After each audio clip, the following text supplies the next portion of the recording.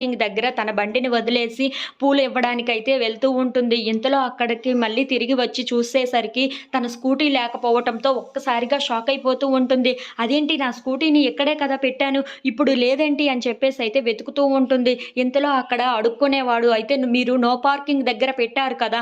పోలీసులు తీసుకొని వెళ్ళిపోయారు అని చెప్పేసైతే అంటూ ఉంటాడు. ఆ మాటలు వినగానే అక్కడ ఉన్న మీనా అయితే ఒక్కసారిగా చాలా కంగారు పడిపోతూ ఉంటుంది. సరే అని చెప్పి బాలుకి ఫోను చేస్తూ ఉంటుంది.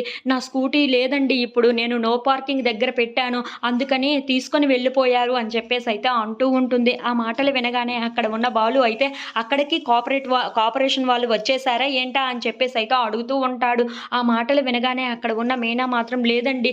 ఈసారి పోలీసులు తీసుకొని వెళ్లారు. నేను పోలీస్ స్టేషన్‌లోనే ఉన్నాను. నాకు ఏం చెయ్యాలో కూడా అర్థం కావటం లేదు. మీరు వచ్చి నా స్కూటీని నాకు వచ్చే విధంగా చెయ్యండి అని చెప్పేసైతే చాలా బాధపడుతూ చెప్తూ ఉంటుంది. ఆ మాటలు విని అక్కడ ఉన్న బాలు అయితే నేను ఇప్పుడే వస్తున్నాను. నువ్వేమీ బాధపడకు అంతా చూసుకుంటాను అని చెప్పేసైతే మీనా దగ్గరికి బయలుదేరుతూ ఉంటాడు. ఇంతలో మనోజ్, రోహిణి వాళ్ళు తనని మోసం చేసిన ఆ అమ్మాయిని పోలీస్ స్టేషన్‌కైతే తీసుకొని వస్తూ ఉంటారు. మీనా మాత్రం వాళ్ళని పట్టించుకోకుండా నా స్కూటీ ఎలాగైనా సరే నాకు వచ్చే విధంగా చెయ్యండి అని చెప్పేసైతే అక్కడ ఉన్న కానిస్టేబుల్‌ని అడుగుతూ ఉంటుంది.